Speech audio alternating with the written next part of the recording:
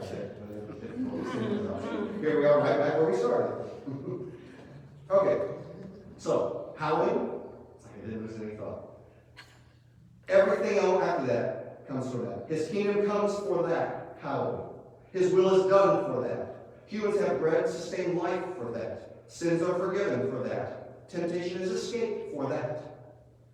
Jesus was very explicit about how he was defining this Lord's Prayer. Because he was saying there are so many things that they might be the ones that we actually focus on when we consider life's problems, but we need to understand to put first things first. And what does that mean? God, it's not just, yes, sir, you're going to beat me into submission. Many times we feel that way. I gave that military reference. In this case, we're reverencing, we're standing in awe, and we're acknowledging his position and his ability to help with all those things. And yet we mention them because the Bible says, even though I know what God's saying, even though I know what you need, still pray. Why?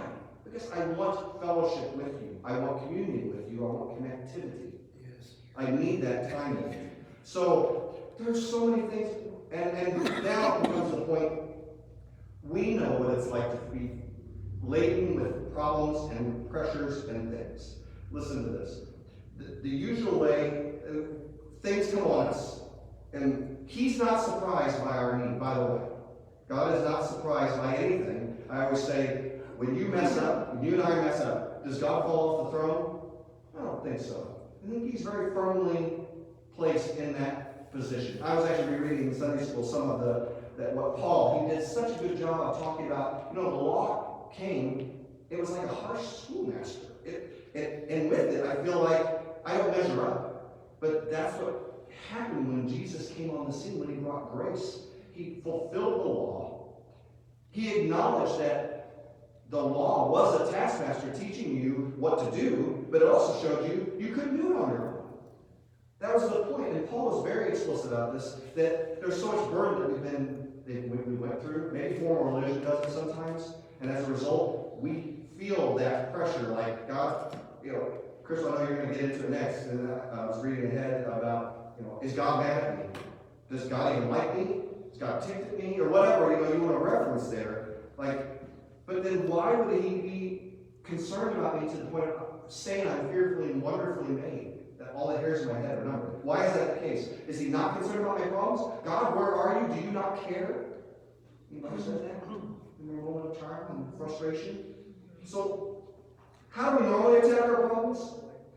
It does sound like something like, God help me. Jesus help. I read that one phrase somebody had done a good job of listening. I've got a problem. And the attention begins to focus on the problem. You ever done that? Do you remember learning in Holiday, or Christy, we go jogging in the mornings. And so in the morning, we put our blinky lights on, but people aren't as aware. I'm sure they're tired and whatever, getting off late or getting up early or whatever. But do you remember in driver's ed class, and they taught us this, they said, pay attention, because when you look at something over here, what do you tend to naturally do? You veer toward it. You don't even mean to. So we'll be jogging, and I know our lights are blinking, and people are like coming closer and closer, and finally I'm like, there's a person here, and you need to be on your side of the road. Hello, I'm right here. And people are, they swerve over. Why do they do that? But we do it, unbeknownst to us. So our problems come, and then what do? All of a sudden they get a searchlight on them, and we're thinking about them. And we're fixated on them. And we're going to sleep thinking about them. And we wake up thinking about them. Why? We're focused on our problem, not the solution. And we magnify them, and we don't even mean to. Unintentionally, we're veering toward them because we're fixated on the problem instead of staying on the road and going forward and allowing that thing to pass us by. Interesting side note. But you might go to bed thinking your life is shrinking little by little down to around this cluster of pain and problems. Marriage problems, kid problems, health problems, work problems. They're never going to end. The potential for things. God help me. I need what? I need my daily bread. I need whatever. Jesus talked about it in the Lord's Prayer, didn't he? I need something that brings me through that. But isn't it interesting when you go back to this prayer that Jesus gave us? He talked about the things that we are focused on. But he starts with putting God's position over everything. And guess what he ends with? Praise. Yours is the kingdom and the power and the glory forever.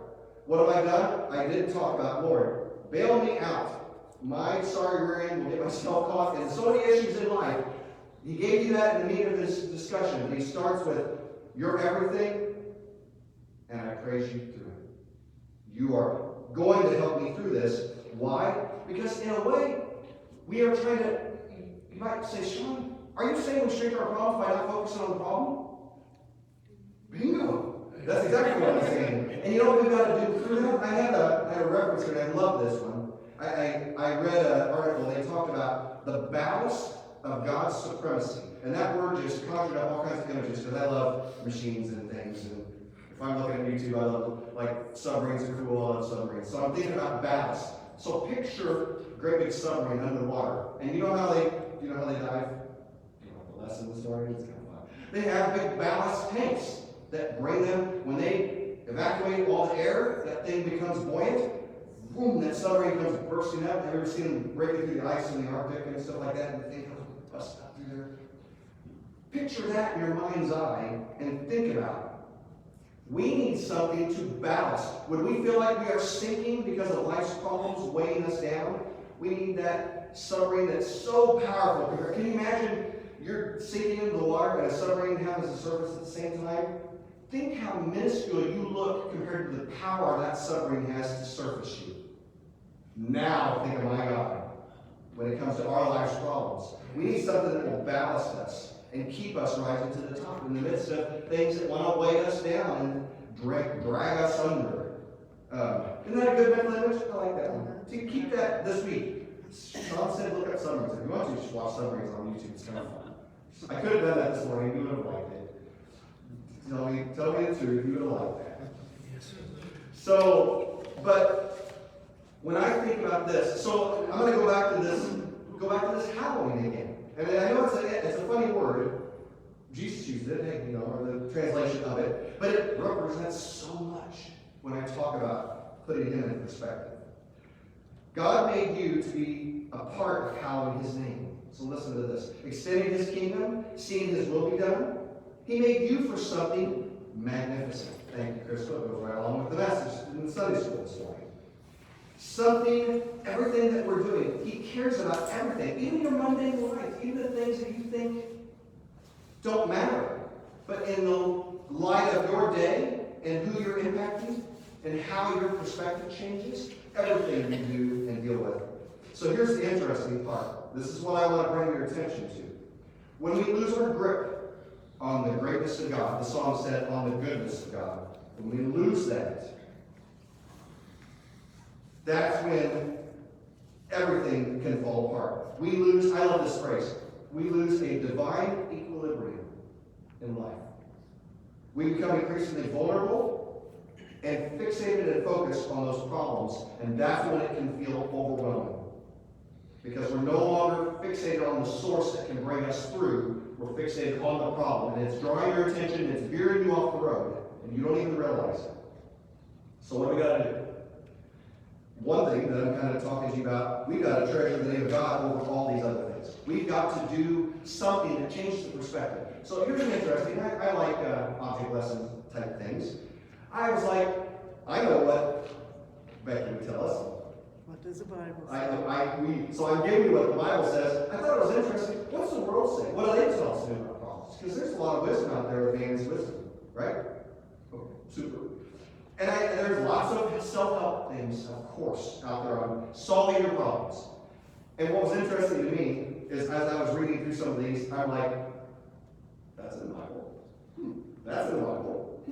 Maybe psychologists are reading the Bible and they don't even know it. Maybe some of these guys are getting lessons from the Bible as an example. But here's what some of the best teachers of the world would say about how do you get rid of your problems. Okay, they would say, one of them, and I love that movie, What About Bob? They would take baby steps.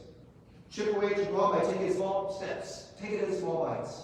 Okay, I didn't have anything specific on that one. But they do talk about shrinking the words you use to describe the problem. Sounds kind of like what I'm referring to. But instead of, their focus is on the problem. Just talk about the problem like it's less of a problem. Well, that's fine, but you're still talking about the problem. And my point is, let's balance ourselves with God's goodness, His name, His position, His power, and His abilities through us, and then they look little. So, okay. They also want to relabel the problem. Name it different, and then it's not so much of a problem. Super. But we can also fixate on something that has more authority over it. Now, Jesus, when He looked at them, He said, your problems look like this mountain. But here's the point. When you have, what? Me, my abilities, my thoughts in you, you can then speak to the problem like it's not a problem and it's no longer there. Well, that's a whole different challenge, Sean. How can you do that? Because it's not me. It's Christ that's within me. The hope of glory. All these things that then give us that ballast that brings us back to the top. Because that's what we need. You're singing, you ever done that? You're floundering under. Just grab a life rafter, you're in the pool and you're playing, and it's like, you grab something, boom, pops right back up to the surface. That's what we need. Bring you back to the top. This is a good one, though. Self-help from people. Realize you're not alone. The Bible tells me things that take us are common to man. That's correct. I agree. Everything we go through, take instruction from the fact that the problems you face, someone's already been through them and whipped them through the power of God. Already. Everything you're going through has already been whipped somewhere by somebody. Well, thank you. Then I just need to find that, and I can find instruction through that. I do like this one. We're going to come back to this one. Focus on gratitude can shrink the problem. Count your many blessings. Name them one by one. I love it. Okay, I'll buy this. It still lines up with Scripture. Shrink your problems by being kind to yourself. Well, that was interesting when I thought that too. Isn't it interesting that when Jesus was presented with, hey, give me the one commandment that's going to fix me in life, and what Jesus say? Okay, I got a line for you. Put God first. Love your neighbor as yourself. There isn't a self-care, because if you don't love yourself, you don't value that God made you special with a purpose to do great things. So that when I'm able to acknowledge treating my brother like my neighbor, like myself, I care about myself. I want to survive, and I want to do great things because God gave me breath today. So let's get going. While it's called today, let's get busy, and let's do it. Okay, there's a lot of these. I started making several of these notes. In a lot of time, self